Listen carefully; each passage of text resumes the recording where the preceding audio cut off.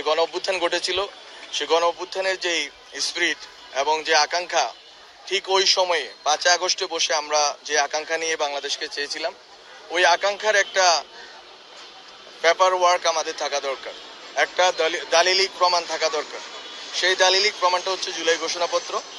এবং জুলাই ঘোষণাপত্রে ওই আমাদের যে আকাঙ্ক্ষাটা ছিল, আমাদের যে তীব্র যে একটা আকাঙ্ক্ষা ছিল যে বাংলাদেশ পরিবর্তিত হবে, সেটার একটা রূপকল্প জুলাই ঘোষণাপত্রে থাকবে।